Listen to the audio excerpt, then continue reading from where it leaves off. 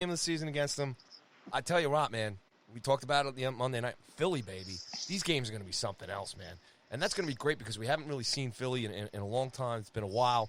And they're more important to us right now in terms of getting those points. Obviously, the whole mix that's going on there in the Metro and the way all the teams are playing. But, this is just good stuff. And we've kind of got to get these points. We got to beat Montreal tomorrow night, and we got to, show up and play some tough games. If we do lose to Philly at all, hopefully we get a split. I don't want to be too cocky here and ask for 2 wins, though I feel the boys can definitely do it.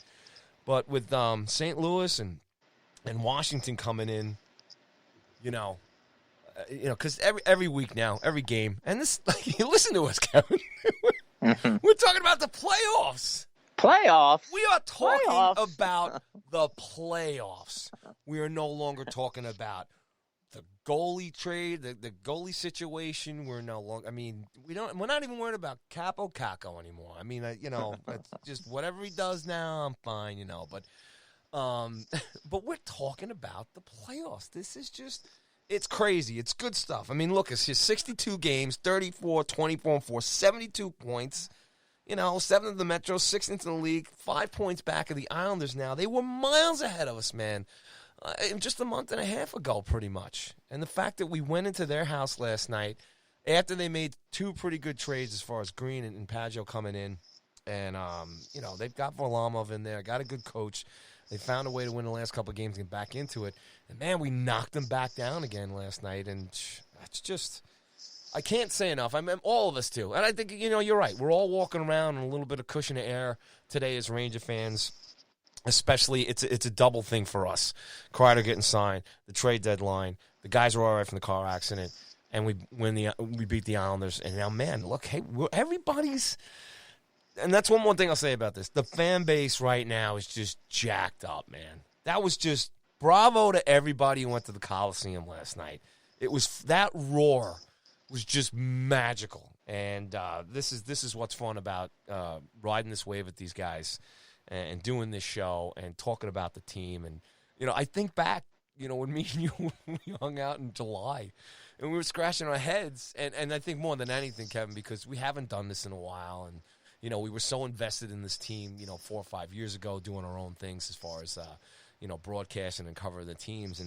And we did. We said, well, it's going to be a rebuild. It's going to be tough, but let's start a clean slate. And now we're talking about the playoffs. Yeah, and it's like I said before, it's just it's a fun team to root for as well. I think you got a bunch of characters on the team, and they really seem to like each other. They have it seems like a close-knit locker room, which I think helps in a game like last night where they do blow that late 2-goal lead.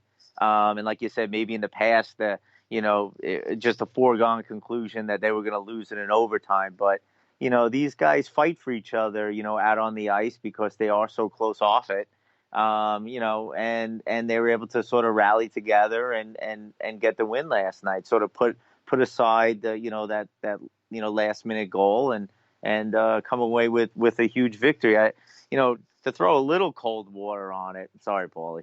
I got to say, I am concerned about the game tomorrow. That has letdown game written just all over it. Sky high from the Islander game. You got the Flyers. The next night. The big rivalry with AV and Hayes and look, House of Horrors in Montreal. We know what's gone down there over the years. I mean, look, the Rangers have actually had some pretty big comeback wins there as well. So it's not, always terrible there, but, more often than not, it's been a place for heartbreak. Montreal is a team you can absolutely overlook right now. They're headed in the wrong direction. So I will say I am a bit concerned about the game tomorrow as a letdown game. You're a Grinch. You're a Grinch. Look, you're a Grinch. You're a Grinch. You're ruining Christmas. I just want to, I just want to go along with that comment that somebody left on, the iTunes that were, only negative about the team. So I want him to feel good about himself. That one critic that wrote that that we're only negative. We only complain about the team. We have our flaws. We have our flaws. But, look, it's still not perfect. I mean, we're riding high and everything's good, but if we're doing I know what you're doing. You know what you're doing. You're saving your ass. That's all you're doing.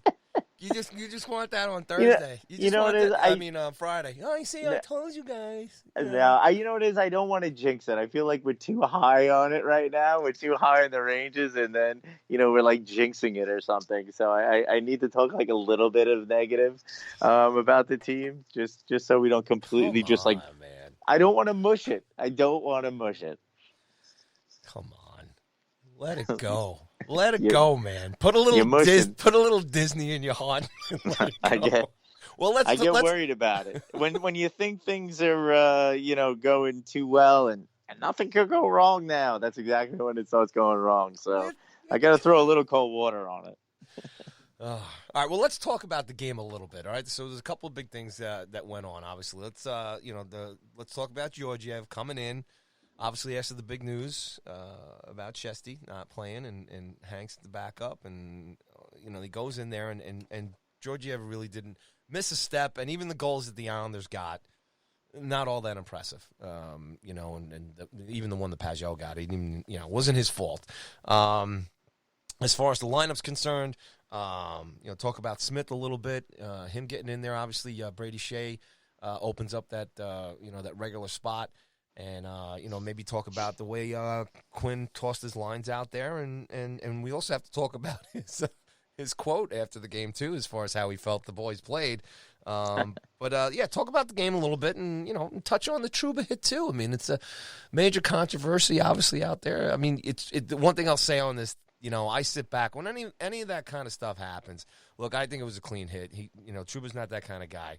Small thing. It happened so fast. These guys are going 1,000 miles an hour. He hit him in the chest. The jaw was at the bottom. It's clipping, but hopefully he's going to be okay. But if you flip that around, obviously we would have been going nuts. We would have been calling for the crazy stuff, the interference, all that stuff. So we got out. We got some breaks last night. We got out. We win. Ha, we move on. But let me get your take on the Trouba hit and some of the other things I mentioned there as far as the other aspects of the games, Katie. Yeah, I mean, just going into the game, obviously, Quinn had to shuffle things up a bit with Buchnevich being out of it. And going in, I really didn't like the lineup that he put out there where he moved Hedel, to the wing on the top line, moved Howden up as the third line center. I mean, Hedel is our sort of center of the future, and I'd like to see him stay there. But, I mean, look, I get what Quinn was doing. He was trying to make the team top heavy, get his best players in the top six. And I get it.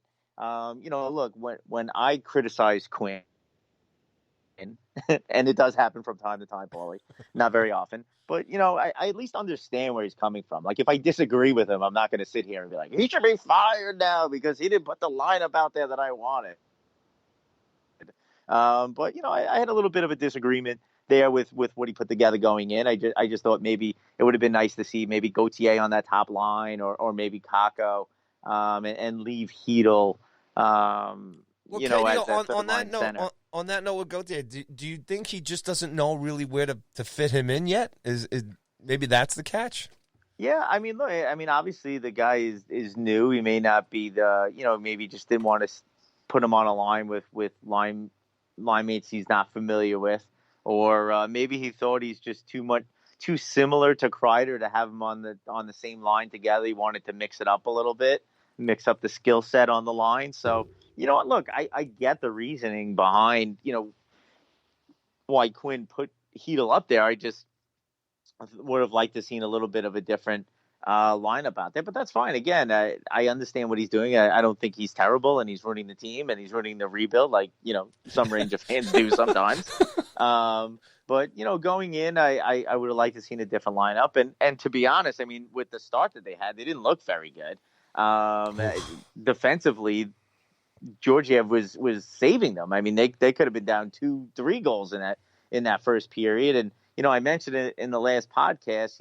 Brady Shea was not playing very well defensively, but I said they would likely take a step back in the first couple of games without him because he's been such a stalwart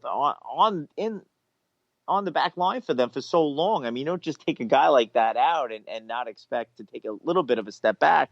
And that did happen in the first period. But, thankfully, Georgiev stood on his head.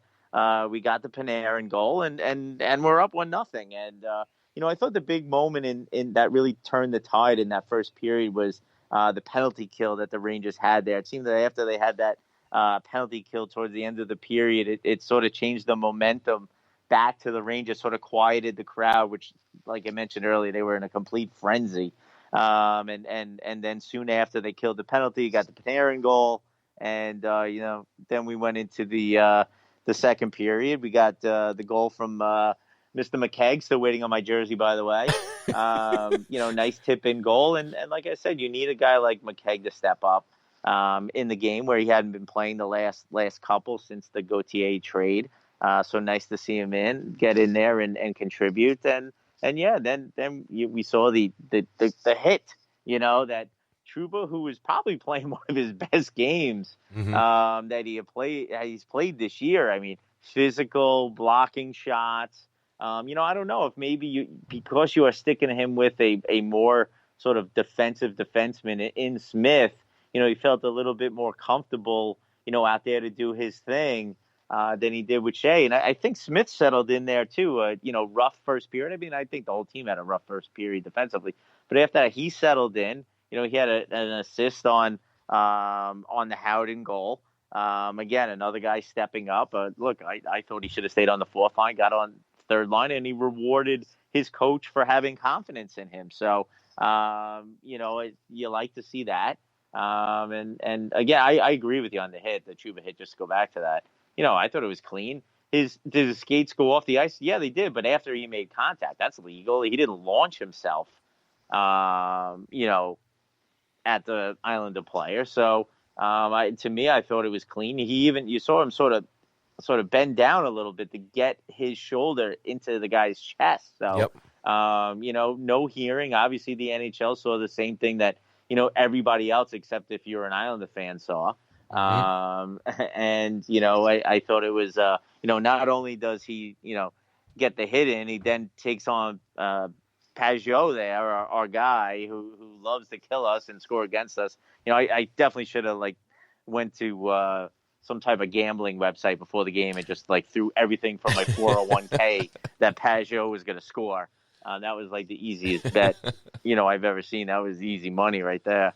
And look, you give up those 2 goals in the final minute, and what's his name? Oh my God, I'm forgetting his name right now. Strome. Goodness, another. You forgot Strome's name. I know. I don't know what happened. I got so White angry. Claw down. What? You forgot McStrome? You know why? Because I got so angry because the guy took another stupid penalty. I mean, he's got to lead the league in stupid penalties this year. It's it should unbelievable. Be a category, right? Oh my God, yeah, exactly. So he definitely leads the league in stupid penalties, and he took another one last night. And thankfully, at the end of the day, the Rangers don't completely pay for it by losing in overtime, but it's a great night because they get that much closer to the playoffs. It's a little bittersweet that they do allow the Islanders to skate out of there with a point where they blow a 2-goal lead in the final, 5 minutes. That's a tough pill to swallow, right there. But, you take the 2 points, you get closer to Columbus, and we move on to Montreal. So that's the main thing, Kevin. You just said it. Who cares about the Islanders? I don't care about the Islanders getting that point. And tip of the hat to the Isles. They played real hard. They gave them everything they got. We went into their house. We took those 2. We need the 2 points. Like I said, the Islanders are. I'm not even concerned about it. Yeah, we won. We got 2. I don't care about that point. I really don't.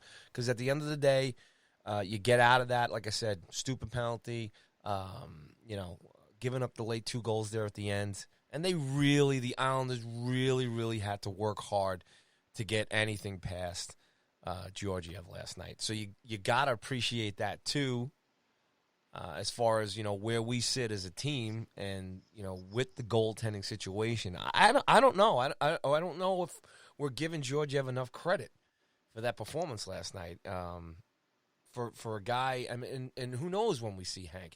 And if Hank comes in And if Hank puts up a good game to help out the cause, again, I mean, these guys haven't been playing that much. You know, to mentally